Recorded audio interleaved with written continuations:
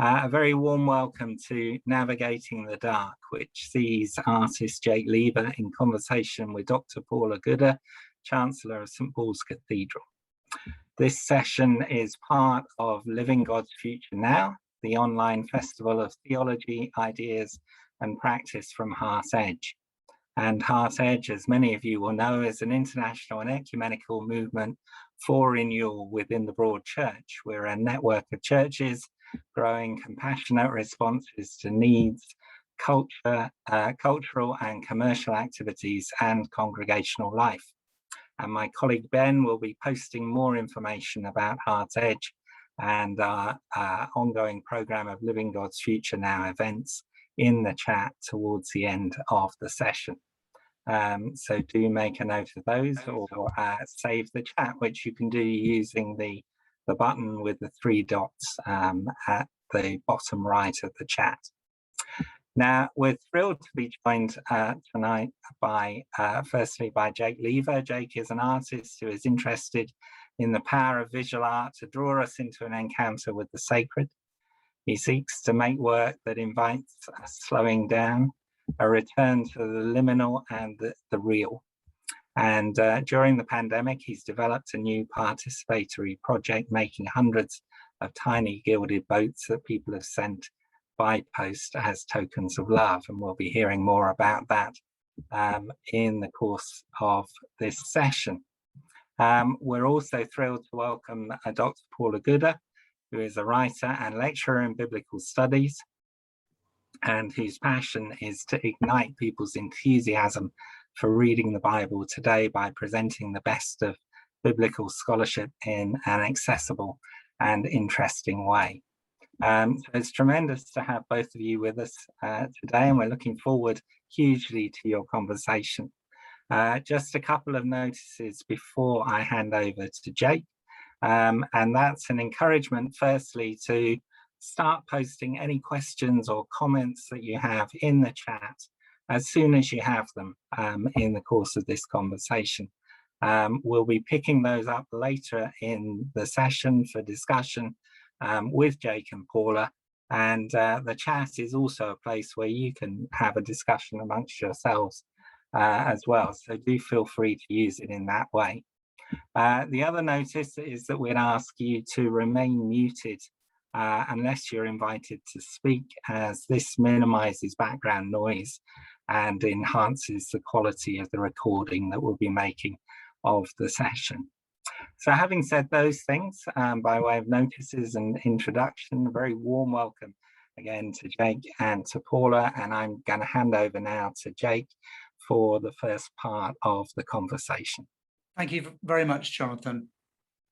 Thank you for that warm welcome and for this opportunity, and welcome to everyone watching this. So I'm aware that some of you may know my work, but some of you may not, and some of you who do know it may not have seen a progression over a few years. So I'm going to take maybe 10 minutes, 8-10 minutes to just kind of give you the background to what I'm currently doing, with a few slides, and to then we can go into the questions with Paula. So when my father died 12 years ago, I had a powerful instinctive urge to make a large boat out of willow and sticks. We're talking about 5 meters long.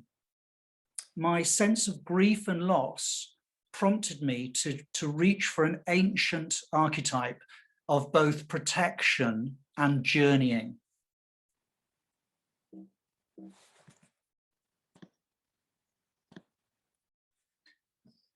The willow was clad in gilded cardboard sourced from Sainsbury's and hung from the rafters of a tiny medieval pilgrimage church at Hales in Gloucestershire before being returned to the woods. So it was a kind of offering, a three-dimensional prayer, if you like.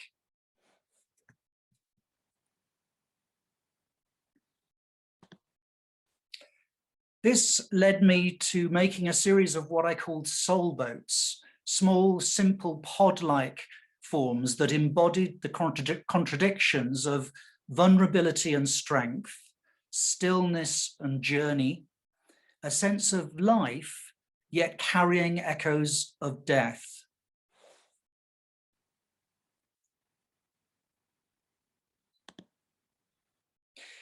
In 2015, to mark their tercentenary, Birmingham Cathedral invited me to work with communities of all ages to enable people to reflect upon their own journeys through life. This led to an installation called Soul Boats, 2,000 cardboard boats hung from the ceiling, with the insides full of personal images, reflections, prayers, expressions of all kinds: grief, thanksgiving, longing, and hope. Suspended as one giant flotilla, it was also a statement of human connection and unity in the face of what I saw as increasing fragmentation.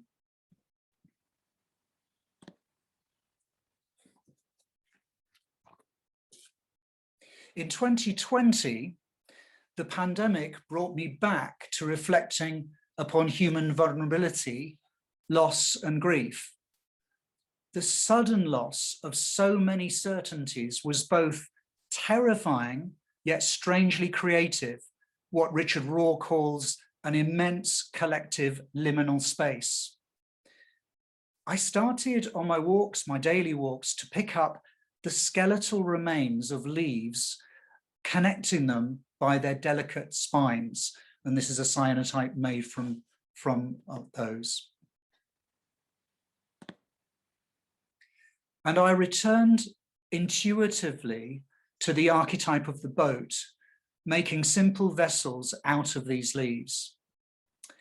I trusted this archetype to be a strong carrier of loss and grief, and to be an image that might speak into our collective experience of navigating the unknown.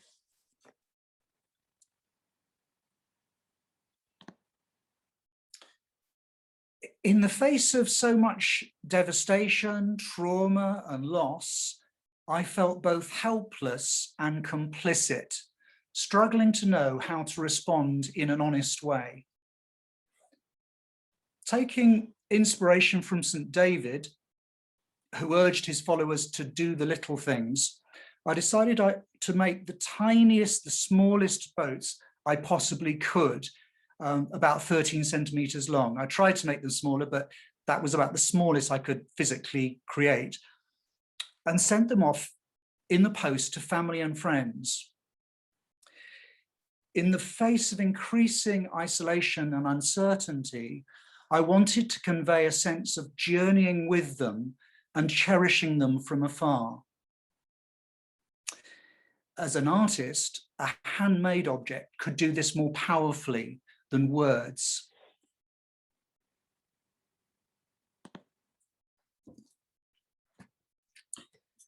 Aware that my need for connection was shared by others, I offered these boats on the Lever Arts website for people to order according to their means.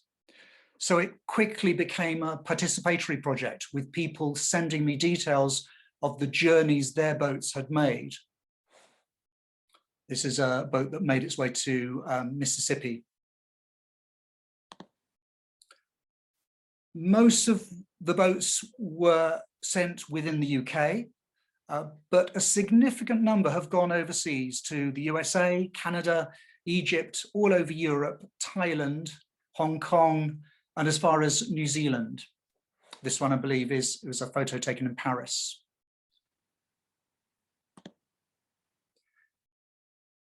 People have also shared with me why they have sent these little boats.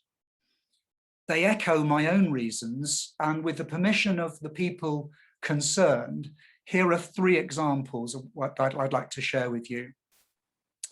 So one person was unable to visit her niece in Sydney, who was getting married to her partner. She said that, and I quote, "To send one of these golden boats seemed to signify my very being traveling to her and her partner to carry a precious gift of love and best wishes for their future together." Another person struggling with the traumatic grief at the loss of her 34-year-old niece after giving birth to her first child, said that the loneliness of isolation brought on by the pandemic compounded the soul ache of loss, to use her words. As many in her family were still lost for words a year on, she felt prompted to send a soul boat to her brother's family as a way of honoring her niece's precious life and continuing her soul journey into eternity.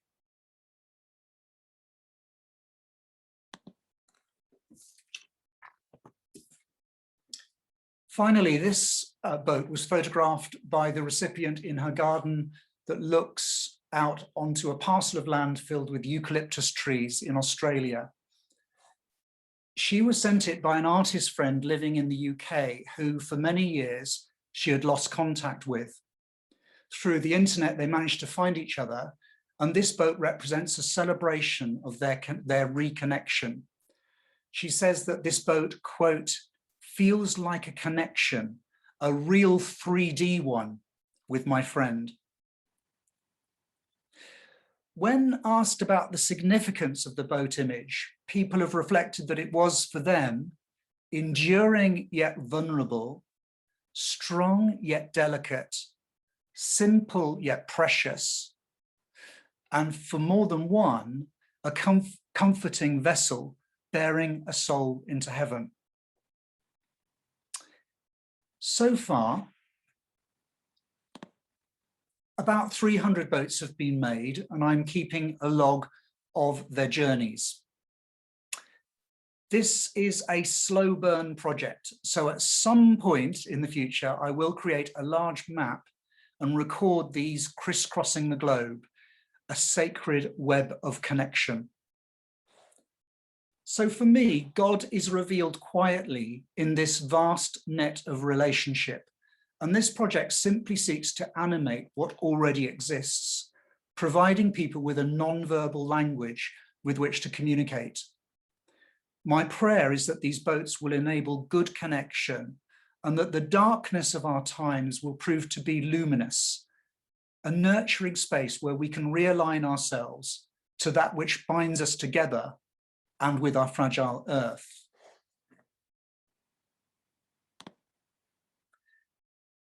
Finally, I am seeking new collaborators on this project, whether that's collaborating by participating in sending a boat or in other ways. I'd like to develop the project further, but I'm not sure how or who to go to. So please do get in touch via the website or email me directly, and I'd really welcome a conversation with you.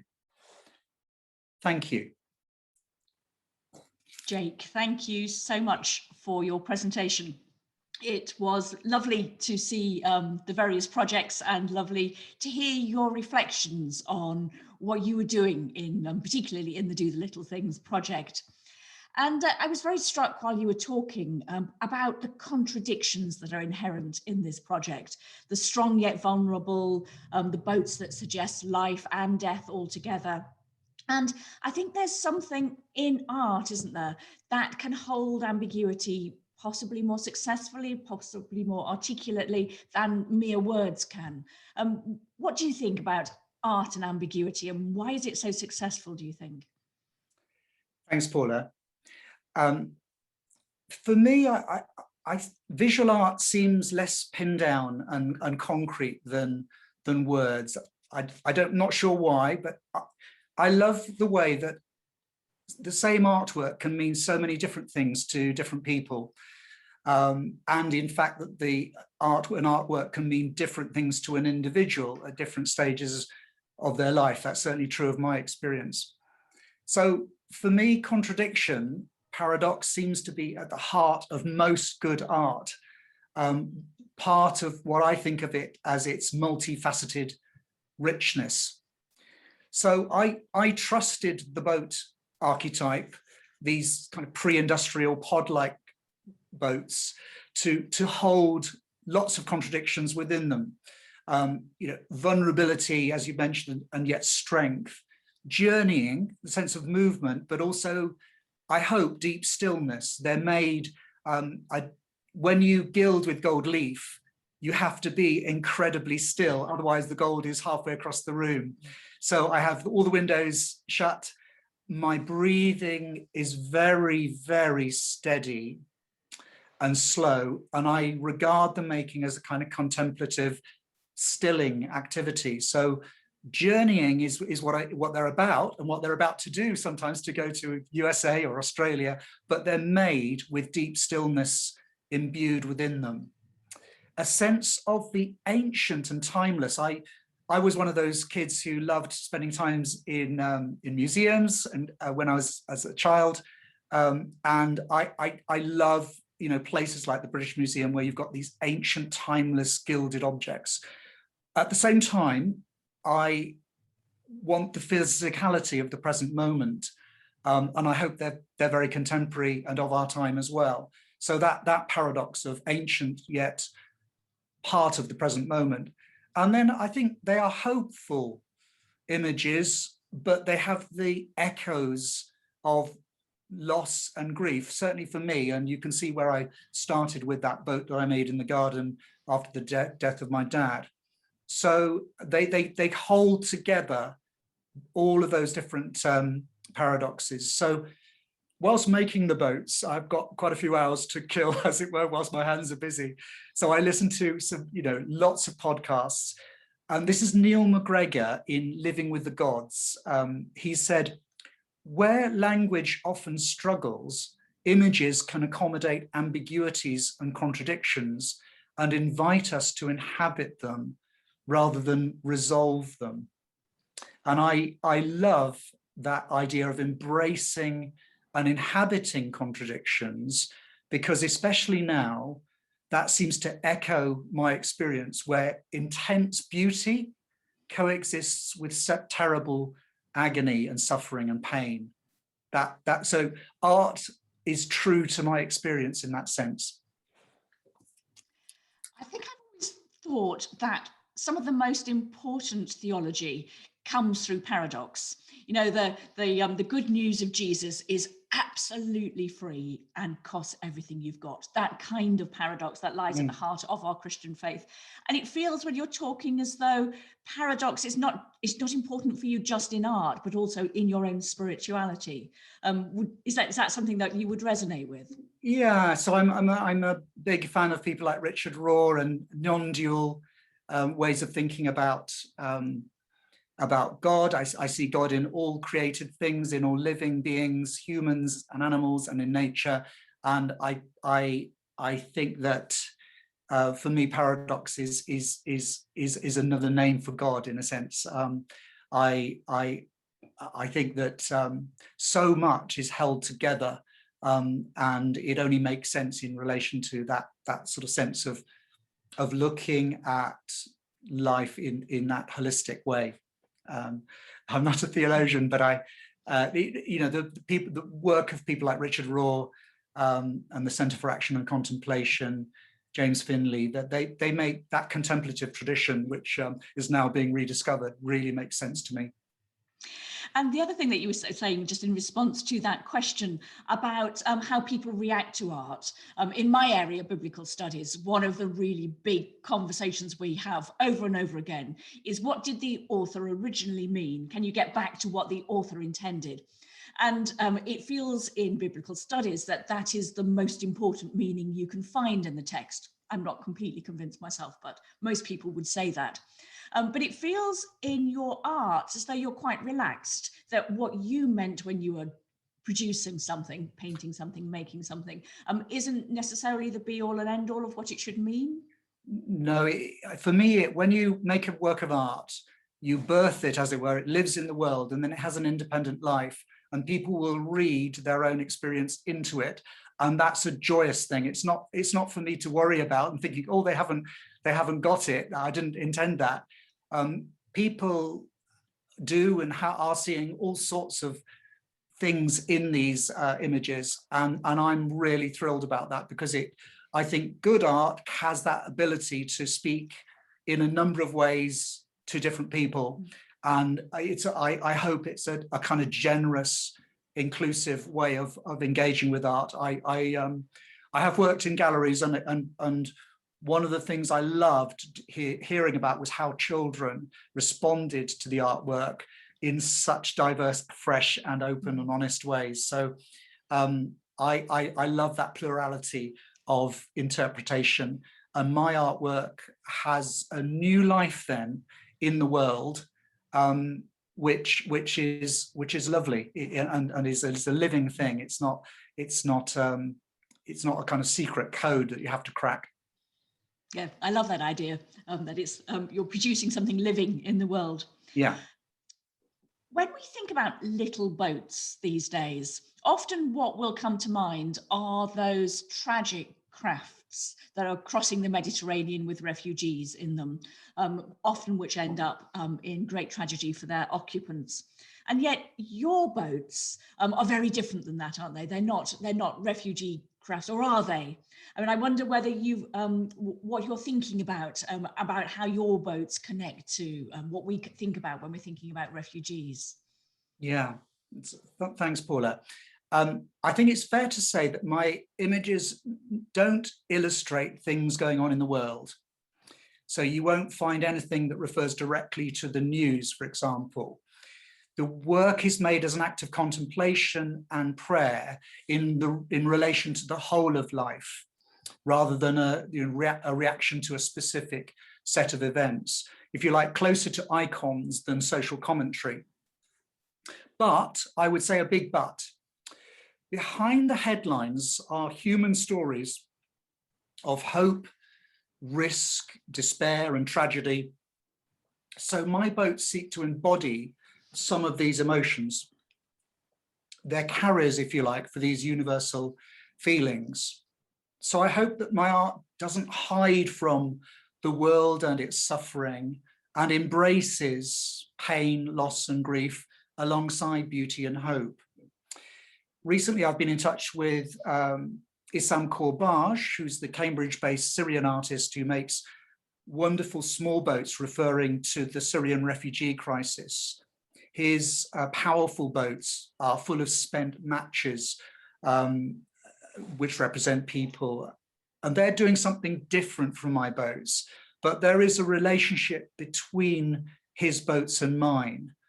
And I'm really glad that my work will be shown alongside his in Coventry Cathedral when it hosts the Lampedusa Cross in a few weeks' time. It starts on the 22nd of May. His boats will only be there for a weekend, but and mine for a month. But I'm really happy that they're two lines. They might be opposite ends of a continuum, but for me, they're very much a continuum. They're a spectrum, if you like, of response to the world. His is quite specific and relates to his home country of origin. Mine is much more abstract in a way, but is rooted in human experience. And so if you count the news as human experience, then I think my work is about what's happening in the world. And certainly this project is a response, a direct response to the kind of isolation of the pandemic and the emotions that has raised in me. So his work relates directly to the Lampedusa Cross is made out of the smashed up timbers from the hulls of refugee boats. Mine will be in the neighboring chapel of Gethsemane, and hopefully I hope it will be a prayerful, contemplative focus for our collective grief and loss about wider issues that are perhaps closer to home and ongoing journeying. So I think you're right in the sense my boats are very different, but I hope there's a kind of really strong relationship with work which is directly referencing what's happening in the world.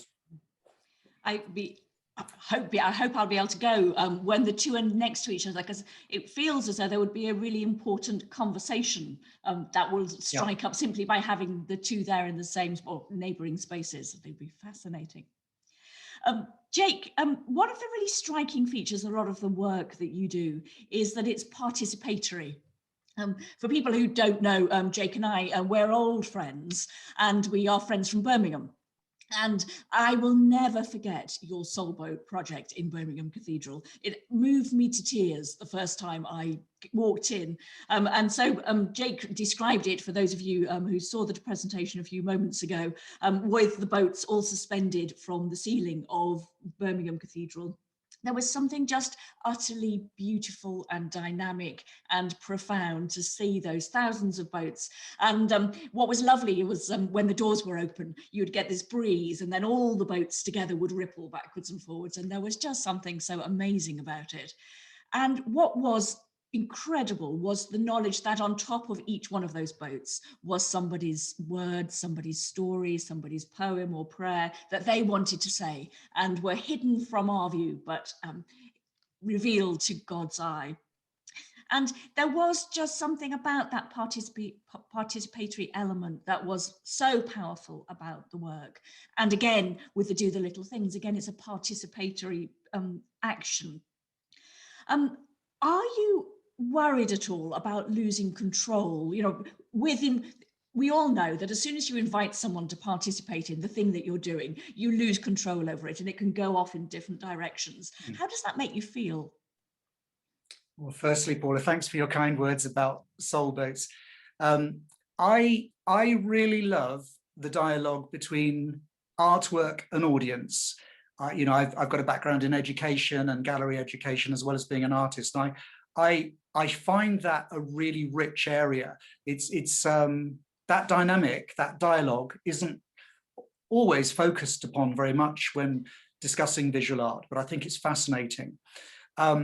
So seeing how people construct their own narratives around and within my work, and investing their own experience into it is really a wonderful thing. So Soul Boats was an extension of that, in the sense of it inviting hidden, as you say, private contributions inside those templates, with the result that people did invest enormous amounts of love, time, prayer, hope, feeling into them. And I think that's possibly why the installation worked, is because I didn't just simply, if I'd gone out and got a lot of card and made them into boats and hung them up, okay, maybe that would have been looked good. But actually, you're right to point out that actually they were people's dreams and hopes and rants sometimes because they couldn't get work, or Thanksgiving because of a longed for baby that was born. Amazing stories that only I had the privilege of seeing and reading, as I read the insides of all 2,000 boats. Now, Do the Little Things is more radical, I think, as a form of public engagement, in that it's an artwork that is actually made in collaboration with participants. So the boats made in my studio, you know, boats like this, I've got 80 or 90 in my studio at the moment, they only start to have significance when they're sent across the globe, and they're invested in, and the artwork becomes the vast web of connection, like a giant expanding drawing. So that's for me when the artwork starts, not when I make the boat. So I think I've gone to a more radical level of engagement. Soul Boats, with its emphasis on unity within diversity, was a response in part to the social divisions and tensions that existed around 2015-14 that I experienced.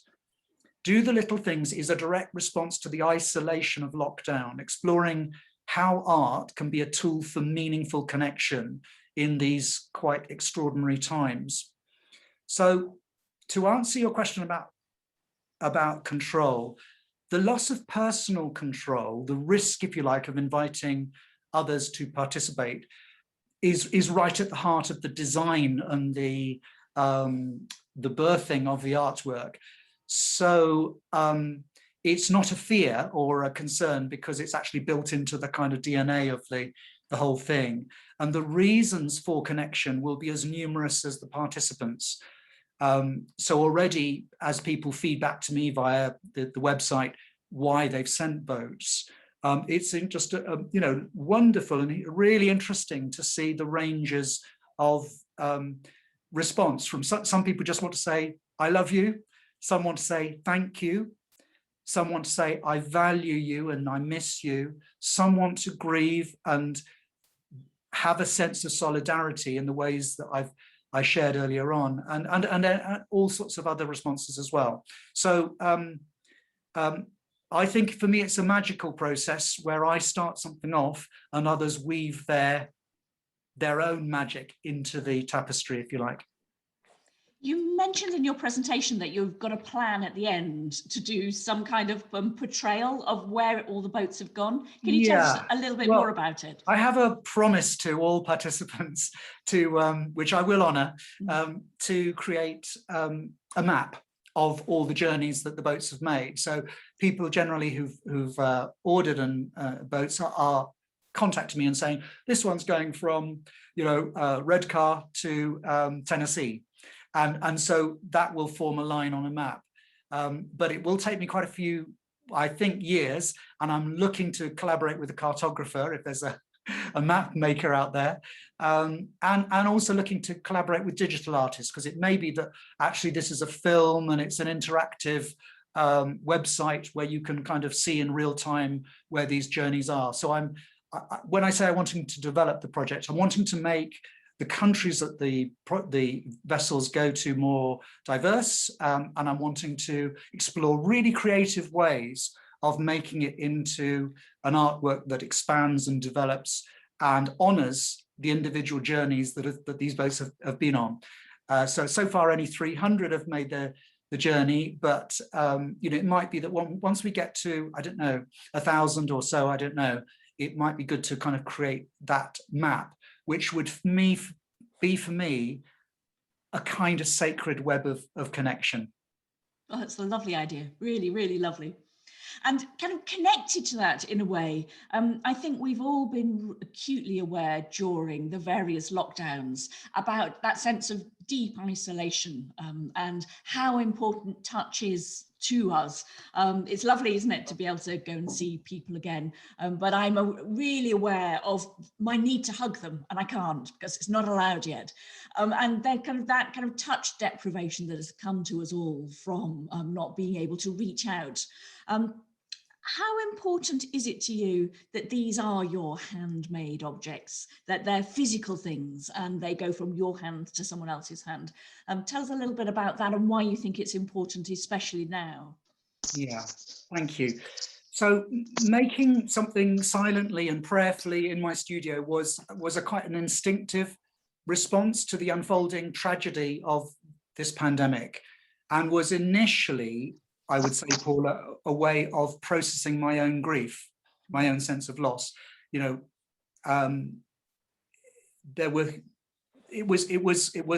wasn't a thought out thing. It was a kind of gut response. So at a time of deep uncertainty, fragmentation, isolation, I wanted to kind of ground myself in a contemplative activity. So for me, repetitive making is a stilling activity, rooting me in the present and actually in my own body as well. There was a lot of what I call electricity around as my life, like everyone else's, was kind of dominated by screens. So I didn't know how to express all this swirling emotion in words, but then I realized actually I didn't need to express it in words. I didn't need to get out a whole lot of cards and sort of say to people how I was finding this extraordinary time. Making an object could communicate in its own way to family and friends. Something fragile and precious made by my own hands being sent to be received into theirs. So it's a very visceral, physical thing. Wendell Berry, the poet, is reported to have said, "Avoid screens, try to live a three-dimensional life." So here we are on screens. Yes. But I was struck by the person I contacted in Australia, who said that her boat, and I quote again, "feels like a connection, a real 3D one, with my friend." I love that, a real 3D one. So my mind suddenly then goes to kind of votive offerings, physical expressions of our love and respect, but in this case, for the living, not the dead, and for humans, not gods. So to answer your question, I think in some mysterious way, this fragile object representing the cherished connection between two people makes that friendship somehow more real and alive. I'm thinking of the person in Birmingham sending it to the person in Southern Australia, more alive, more embodied in a very mysterious way. And just a last thought is that young babies need, their transitional objects, little dolls and pieces of cloth and so on. Maybe in times of chaos, adults need transitional objects too. That's a very powerful thought, thank you. And as you're talking, I'm remembering the late, great Bex Lewis, who is a friend of mine and of many people, who was a digital theologian. She was kind of focused on online theology. And she always objected to when people would say about something that's online, oh, we'll do that in real life, IRL, we'll do it in real life. And she said, yes, but online is real life. And I think what you're playing with your art is that there are more ways to be connected than being two bodies in the same room, as we are kind of accustomed to being. And she would want to say something around online presence. What you're doing is saying that there is some more to connection, I think, which is not just about being in the same room, it's something more. I'm not quite sure what I'm saying, but I'm kind of feeling around the edges of something. Does it make any sense to you? Yeah, I mean, you can't. I'm holding this boat here now. You can't online get the sense of the incredible lightness of this. It really is very fragile and very feather light. It's and our relationships are precious, and friendships going back decades are so precious, aren't they? And I suppose it's something about a handmade object made with love and care, even if you're not the one who's making it, still communicates maybe something more than some electronic digits flashing on a screen. So I do try and make each one mindfully, prayerfully, lovingly, knowing that for some people this is the best kind of connection they're going to get for a while, especially with connecting with people abroad, but even across the UK. So it's a the glint of gold, the the lightness of it, the fragility of it. You can't get on screen. Although I realise that for many people it's a question of maybe of both, that we're doing it now, and I wouldn't, I'm a big fan of electronic communication, but I wanted to go back to essentials, if you like. Nick Cave sort of said that this pandemic has rendered us raw and essential, and I wanted to capture something of that. What can I do? How can I respond to this situation? I can make something. The way in which you talk about all of this, Jake, feels very mystical.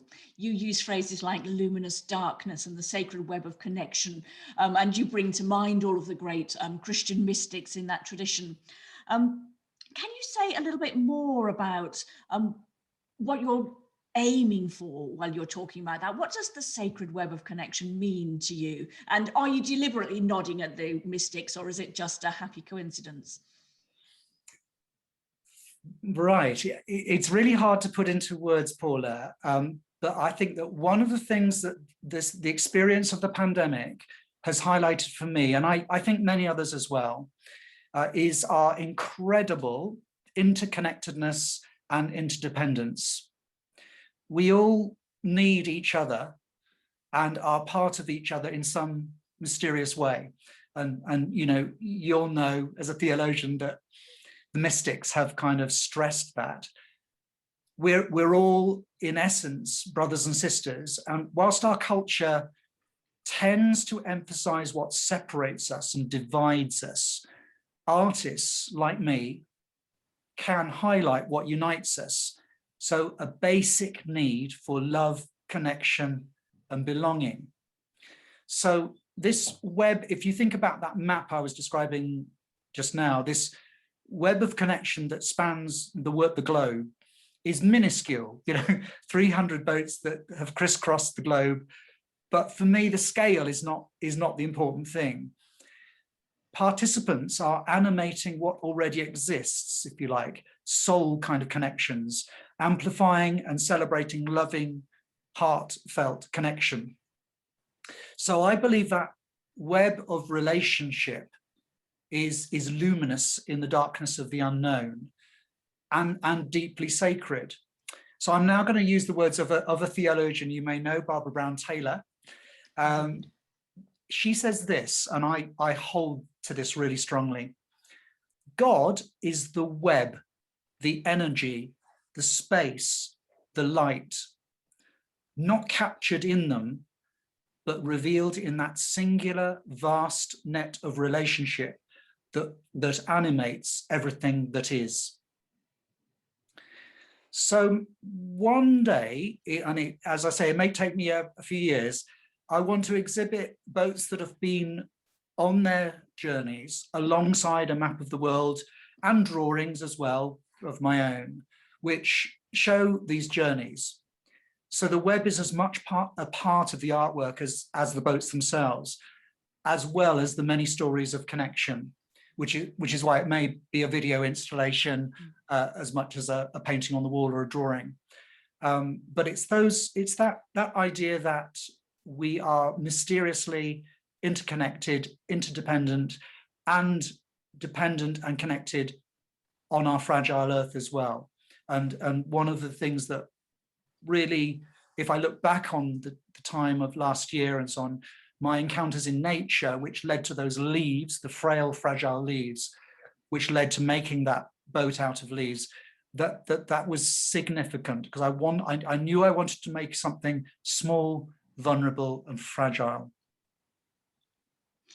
What you've reminded me, Jake, is the thing that I've always thought, but I forget from time to time, is that some of the best theologians are artists. I'm always really pleased when I turn up to a theological conference and there's an artist, because you get that added texture, you get the kind of the communication that you can't always in other ways. The title of this evening is navigating the dark. And it's a very evocative title, isn't it? Because actually we all feel that that's what we're doing at the moment. Well, on a good day, we're navigating the dark, and on a bad day, we're just sitting in the dark going, I don't know what I'm doing.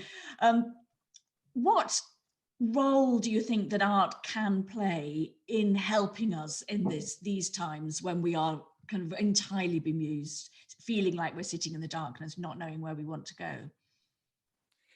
Yeah, I've been watching a little bit of Grayson Perry during lockdown, and I think he's interesting. He gets close to the heart of things when he says art is about making meaning, trying to give some fragile foothold in the moment amidst the chaos of life.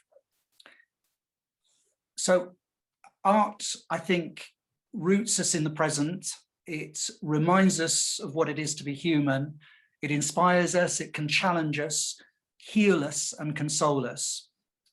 During the long kind of dark sort of lockdown winter months, art making for me was a way of trying to be expansive and sort of going large by making and sending things far and wide as my world was shrinking in a sense, and increasingly lived, as I say, through screens. But it was also a way of kind of honoring and cherishing my own web of connection. So as routines and norms were swept away, it left me in a kind of strangely vulnerable but creative and reflective space where I wanted to say to people what their connection meant to me. So I suppose if I had to, up against the wall sort of thing, if you said, right, what does art do for people? Why should we fund it? Why should we give it a place in society? I would actually say it enables the healthy, safe processing of emotions and goodness, haven't we all had so much to process? I guess it will take us the rest of our lives to try and process what's happened in the last year or so. But art is a tool for processing powerful, chaotic, unknown, and sometimes disturbing emotions.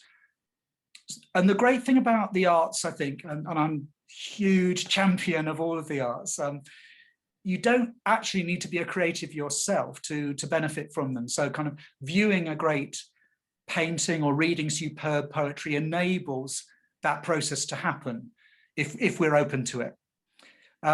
During making these boats, as I say, I've listened to quite a lot of podcasts. So Brené Brown, I don't know if you know her, but she's an American sort of researcher. She describes herself as a shame researcher, states that connection is the energy that exists between people when they feel seen, heard, and valued, when they can give and receive without judgment.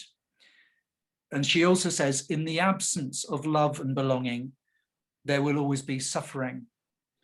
So kind of in a very, very tiny sort of simple way, I hope that in terms of how my art responds and can enable us to navigate these times, I hope it can be a vehicle, a tool for kind of enabling loving, real, meaningful human connection, which I don't know about you, but I increasingly, the older I get, I regard as precious, fragile, and indeed sacred. Absolutely. Thank you, Jake.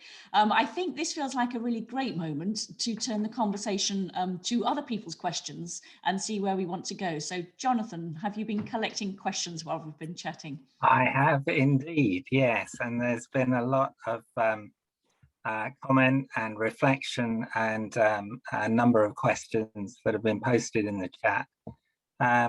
So I'm going to share some of those with you, and we'll take about sort of 10 or 15 minutes to explore some of those before we wrap up. So there were several people wanting to explore connections between your work, Jake, and the way in which icons are created.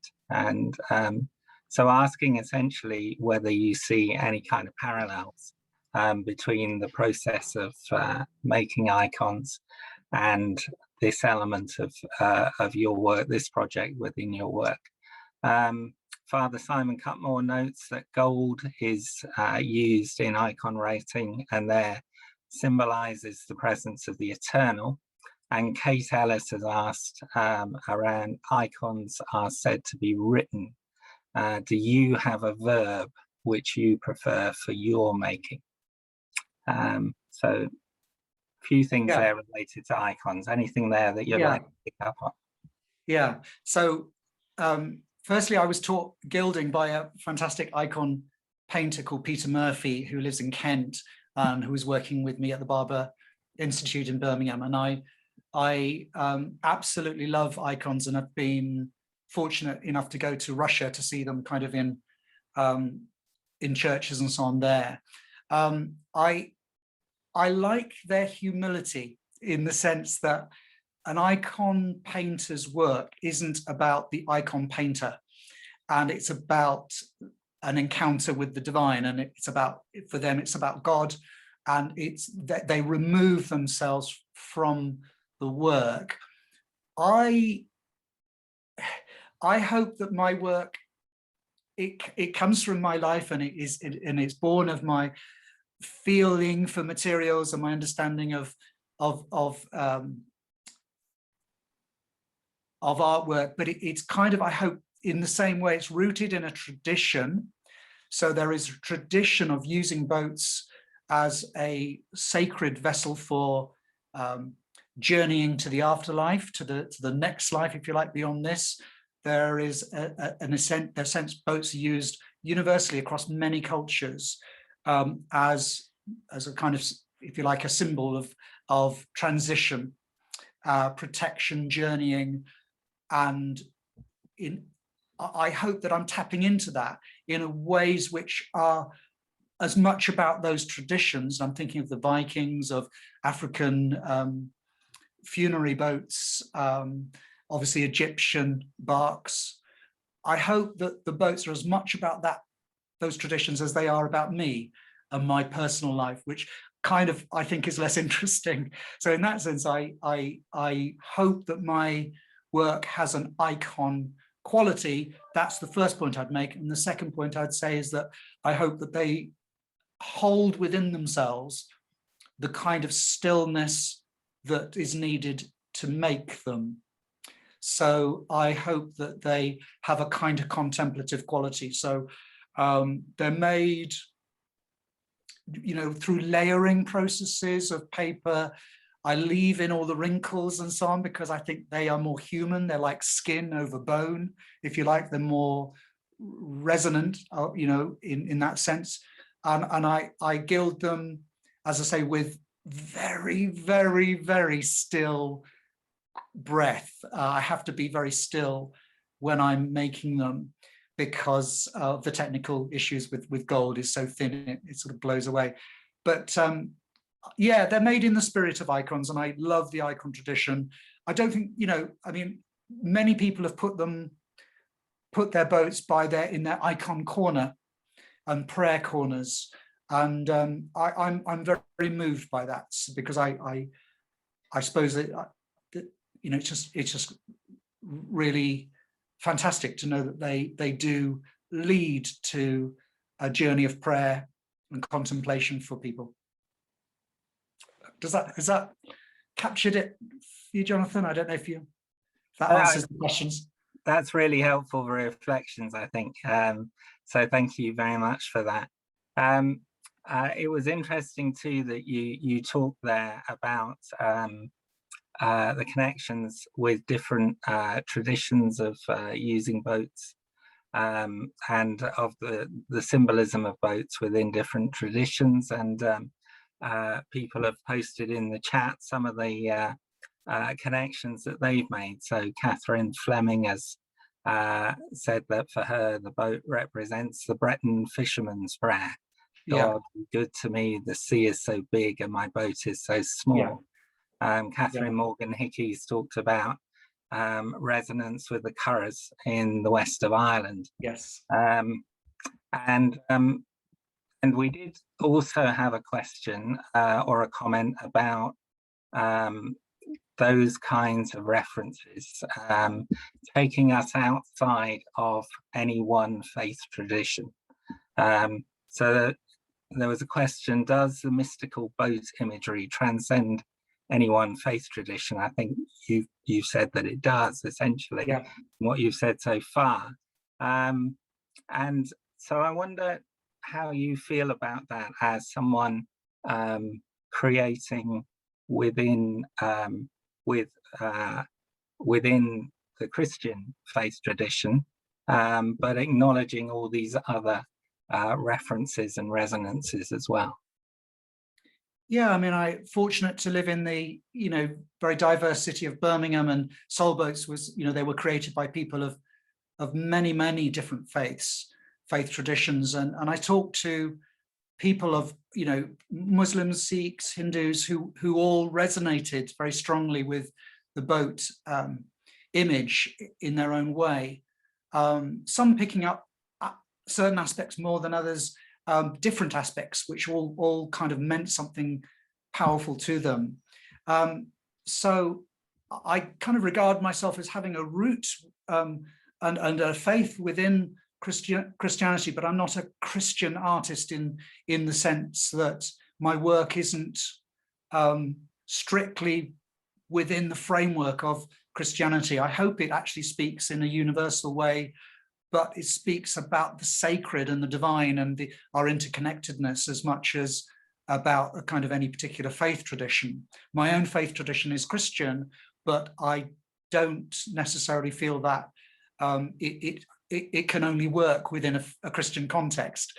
You know, over the next few years, I'm really interested to explore more working outside of churches and cathedrals, you know, in galleries and outdoors and elsewhere to really explore that further.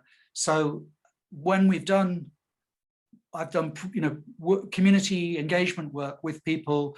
Many of the people who have no faith background have found that the boat metaphor, the archetype, as I would call it, is really powerful for them.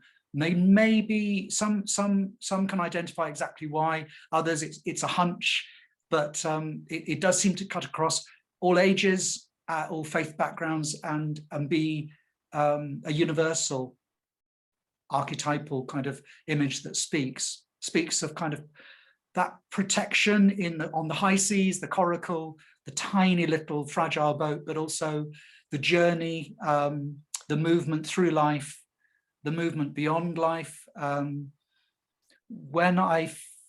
The very first time I began to think of boats was at my dad's funeral, when the coffin was being lowered into the ground. And I actually saw, my dad really loved boats all his life, and I actually saw his coffin as a kind of boat that was then going to go on a journey through the earth to bring him to some kind of heaven, some kind of eternity, some kind of light, some kind of back home to love. And I couldn't really articulate it very easily then, and my attempts at making that willow gilded boat was trying to understand what that feeling was. But I think talking to people over the years, that kind of experience, maybe not as sort of extreme as that, but similar experiences have affected other people in similar ways, or so yeah, it's a very strong metaphor. I trust it. Father Simon has also shared a definition of artists in terms of journeying. So saying that an artist can be understood as being a person that allows others to make a journey somewhere, to make a passage or a journey. Is that a definition of what you're seeking to do as an artist that would resonate? Absolutely. I want to be a catalyst to enable other people to get in touch with what they are experiencing and journeying. I want to be a kind of some sort of springboard or some kind of creative energy to weave into and out of and collaborate with. I don't see this as being somehow kind of cut off in a white cube with a big price tag, and we've kind of a lot of art has been hijacked and kind of sectioned off by I guess our consumerist capitalist culture, and this kind of participatory project is aiming to kind of invert that, if you like. It's really good that I'm really delighted that a lot of the boats have been sold to people at cost price just to cover materials, and we've had some boats that people have ordered at no cost as well. So I'm trying to, in a way, say that art can be something very different than the luxury commodity that's on the wall that has one meaning and only the artist knows what that is. Okay, so there's a question from David Newman that connects with that last comment, I think. David said, your art and conversation are both lovely. May I ask, though, as a visual artist, do you feel the best of words inevitably falls short of what your art says? And as this is participatory art, is the greatest depth of your art's meaning ultimately experienced only by the sender or the receiver of a boat? Put another way, spiritually, I experienced something beautiful listening to your story, and through enjoying that event, am I limited to being a witness of others' deeper religious experience? Any reflections on those thoughts? Okay, if I take the first part, it was quite daunting to do this evening because, I'm dealing with something visual and is beyond words. And I choose to work outside of words, with materials, and yet I'm using words to try and evoke what that's doing, or the process around it. So the answer is very firmly yes. I think my ideal is to kind of, for people to silently encounter my work and to have their own communion with it, their own kind of resonance, their own response, and and for that to potentially be a kind of silent process where words don't necessarily come into play at all. I think that's what draws me to the visual arts, is that it's a kind of, I'm not saying it's better than words, I'm saying it's beyond words. And I don't know about you, but when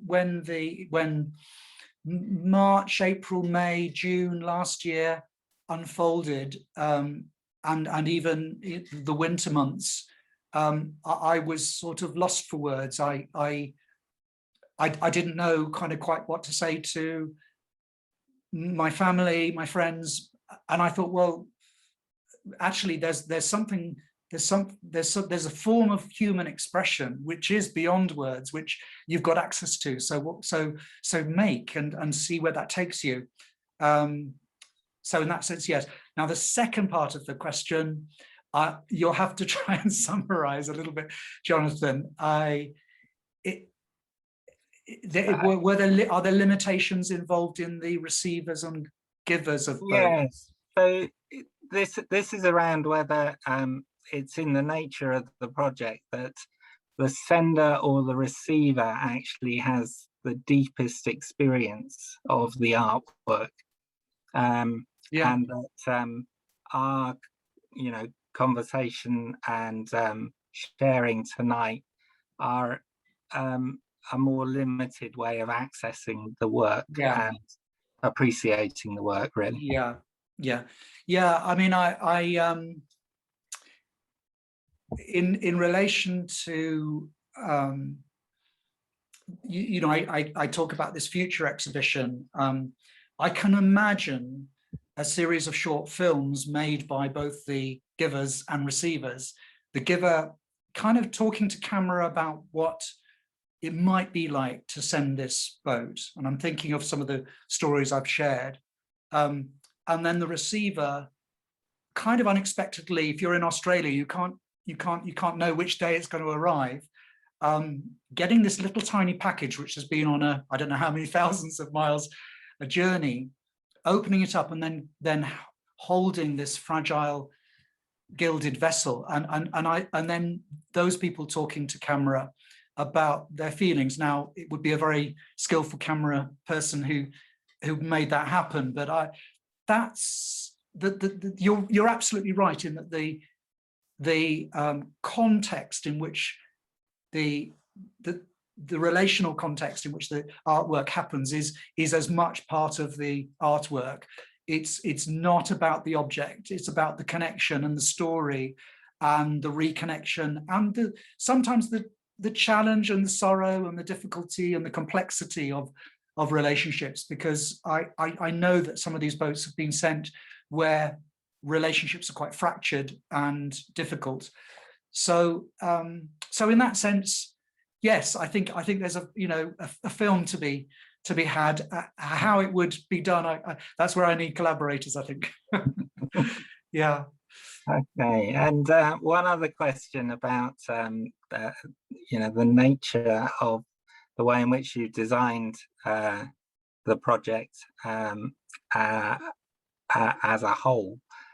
So this is from Alison Clark, and does it feel different for you to be letting your boats out into the world rather than containing them within a cathedral space? So will the experience of exhibiting them at Coventry, for example, change the nature of the project or the feel or the emotions involved? Yeah. So the ones at Coventry like this, in a sense, are kind of dormant at the moment. They've not yet been animated by journeys or significance or connection. So in that sense, they will be in embryo form. They'll be kind of waiting to go on a journey. and they will be on the altar in the Chapel of Gethsemane as a kind of potential offering. So in that sense, they won't have the kind of history and the human stories wrapped around them or inside them in the way that, say, in the future, I might call back some boats that have been on extraordinary journeys, and those would have a different resonance for people, with especially if they were shown alongside sort of interpretation.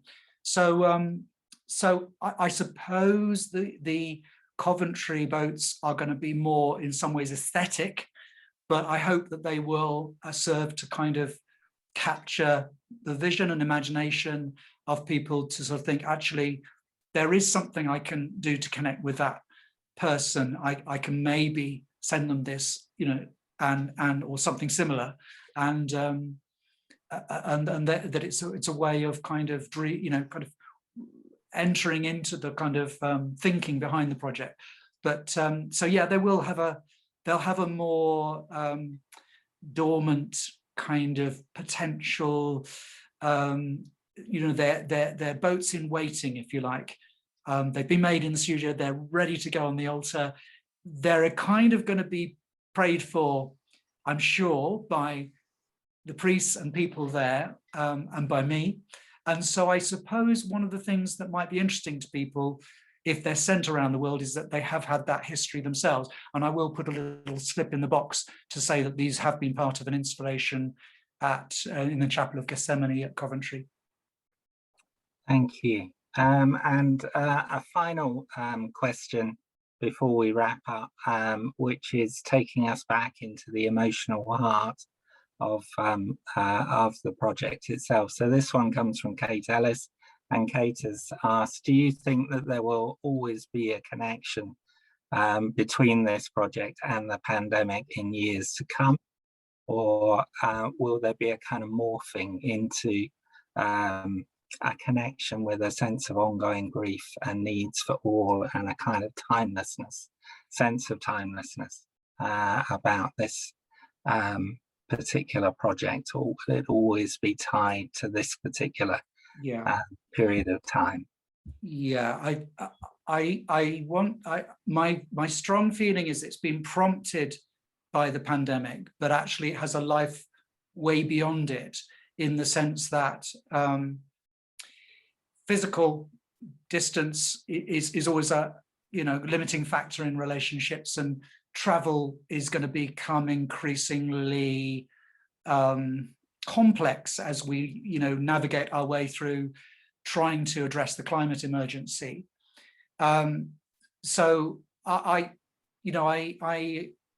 I sort of think it's been born of this time, but its actual core kind of direction speaks to a wider sense of the loneliness and fragmentation and isolation of people in if you like, post-pandemic times as well, brought about through all sorts of different reasons. So yes, I think it has a longer life. It's not been devised as a pandemic project that sort of finishes when kind of lockdown officially finishes in June or whenever it is.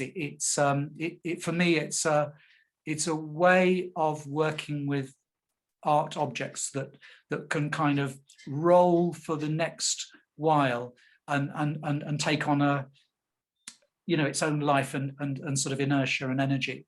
Where that takes me, and the project, I just don't know yet, but I don't see it as limited to the pandemic, no.